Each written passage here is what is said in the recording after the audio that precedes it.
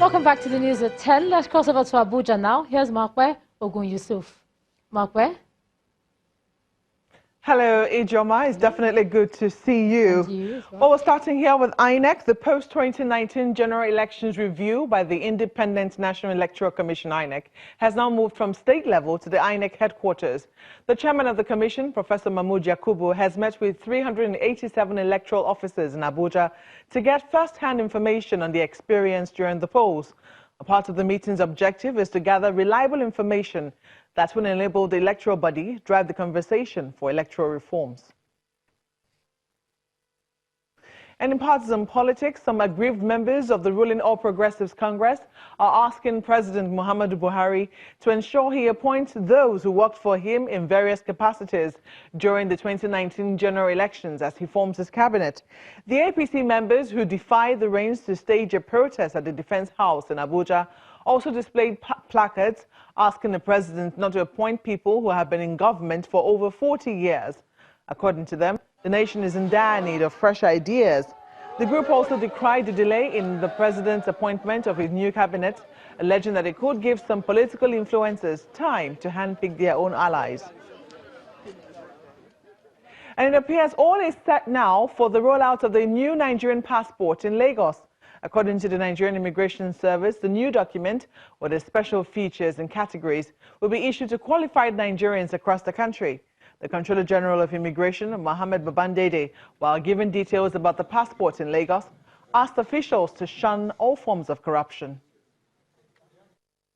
No, rollout has already been done in Abuja on 15th by Mr. President. Tomorrow we hope the governor will come and work with Assistant Controller General here to roll out the new passport in Ikoyi. So this is the second place we are rolling out the new enhanced passport, which is 10 years valid.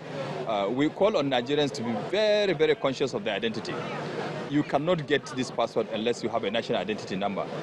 If you don't have national identity number, don't even approach it. And if you know you have different identity with your national identity number, reconcile before you come. We're happy to say that NIMSI, the National Identity Management Commission, has provided facilities. They are working right with us here in Ikoyi Passport Office, like the way they are working with us in Abuja. And I hope they will do the same abroad, so that wherever we are rolling out a passport, national identity will be available.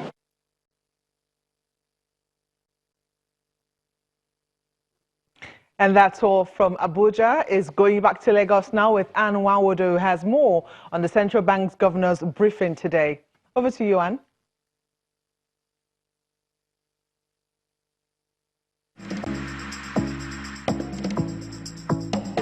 You first. First Bank.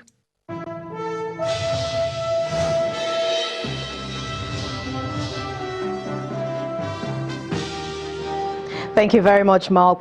Yes, indeed, we begin with the Central Bank of Nigeria's planning to leverage monetary policy tools just to support a low inflation environment while seeking to maintain stability in the exchange rate. And this is part of the Apex Bank's plans towards achieving macroeconomic stability over the next 5 years. On macroeconomic stability over the next 5 years, with a key emphasis on supporting improved GDP growth and greater private sector investments, we intend to leverage monetary policy tools in supporting a low inflation environment while seeking to maintain stability in our exchange rate. As a result, decisions by the Monetary Policy Committee on inflation and interest rates will be dependent on insights generated from data on key economic variables.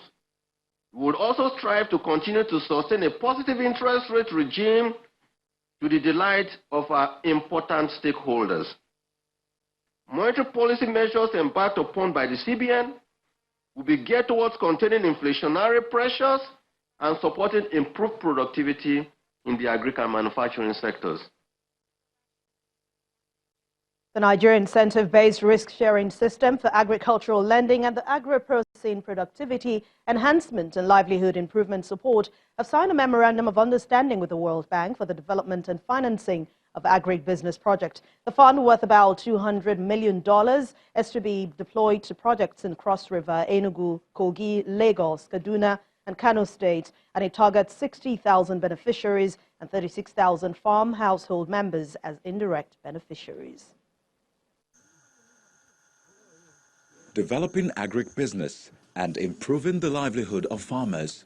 That's the purpose of this brief ceremony. In attendance are members of the Nigeria Incentive-Based Risk-Sharing System for Agricultural Lending, also known as NIRSAL, Agro-Processing Productivity Enhancement and Livelihood Improvement Support, known as APILS, and the World Bank Assembly.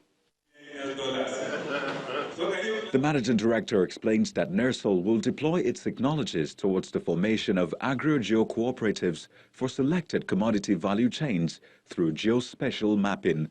How can we bring together those capabilities on the appeals project, whereby we leverage that $200 million to become multiples of what it has been in a sustainable manner, and we eventually create an exit strategy whereby all beneficiaries under the appeal project eventually become standalone enterprises that are profitable, sustainable, and creating livelihoods for everyone involved. The National Project Coordinator of Appeals Project and Director of Agriculture at the Federal Ministry of Agriculture and Rural Development, Dr. Amin Babandi, describes the ceremony as a turning point in the project's life cycle. The objective is actually to boost productivity, to enhance livelihood of the people and farmers along the value chains we are supporting. On his part, the World Bank Task Team leader of the Appeals Project explains that the multiplier effect for the project will lead to a revolution in the agriculture sector. It's going to contribute to economic growth. Secondly, it's also going to contribute to food security for Nigeria. And then also going to create a lot of jobs, especially for the youth. We have, as part of the project, a target of about 10,000 women and youths. In addition to SMEs, then cooperatives. Cooperatives are another 10,000 farmers, direct, not to talk about indirect beneficiaries. So apart from economic growth at the macro level, at the household level, we are expected to see a lot of improvement in the livelihood. Appeals is being coordinated by the Federal Ministry of Agriculture and Rural Development. It is implemented by the National Coordination Office and 6 state coordination offices. To some company news now. Digital payments and transaction switching company InterSwitch has renewed some of its staff and partners at the ceremony in Lagos. In its InterSwitch's first Sales Connect Awards, the company says it is connecting with sales team and their customers. It's business, not as usual.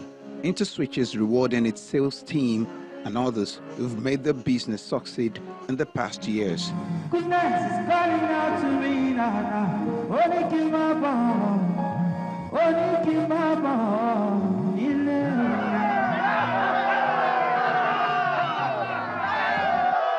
The mood here is celebratory. Before the fun hits the full gear, the chairman of First Bank Nigeria, Ibukun Awosika, speaks on why Africa must play big in the digital space. Once we digitalize the economy of a lot of our communities, we can move more rapidly because we don't have the infrastructure for normal industrialized growth. We're still way behind, and there's so many things we need to catch up on. So we have to look for unusual ways. And one of the most advantaged ways that we can leapfrog and move things faster is through technology. And that's the kind of example that an InterSwitch represents. And the award goes to... The night produced several cherry moments as winners of different categories of awards are announced. For me, I would say dedication to work and just being an example and being a very great team player. The integrated digital payment company says the event is necessary to connect and recognize outstanding individuals and corporate organizations. We are connecting with our customers and the sales team at the same time. And you know, it's such joy to just celebrate them. You know why? These are men and women that have gone out of their way to serve our customers. Today we rewarded the excellent performance in our sales network. We also recognize our partners, our customers who have been with us, some of them as far back as 17 years ago. Interswitch says it will continue to connect with its employees, partners and customers to deliver innovative payment products and transactional services throughout the African continent. Well, it wasn't celebration at the Nigerian equities markets today as the new week has started in the red, with the all-share index down 0.14%. Edidiong Iwang has the details.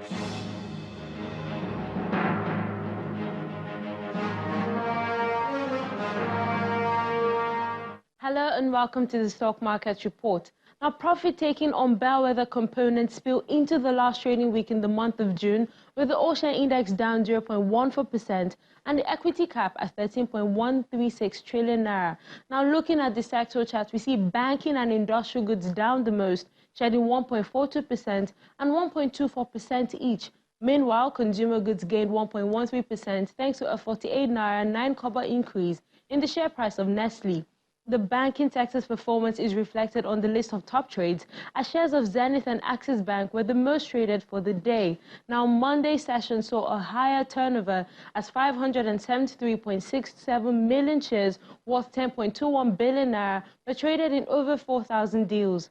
Champion Breweries is top among 23 gainers, up by 9.86%, while Cement Company of Northern Nigeria led a pack of 19 losers, down by 10%.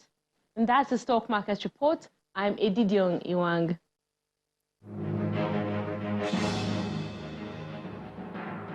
Thank you, Edidiong. Meanwhile, on the global scene, it was more of a mixed sentiment as U.S.-Iran tensions continue to linger. Let's see the closing figures for today.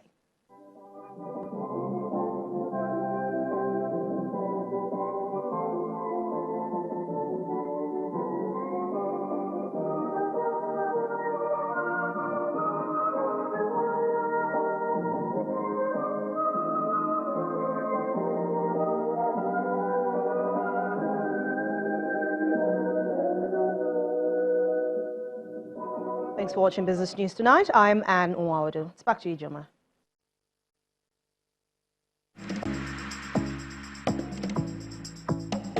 You first. First Bank. Thanks a lot, Anne. Still ahead on the news at 10, coming from our London bureaus around the world in 5 minutes. Do join us again.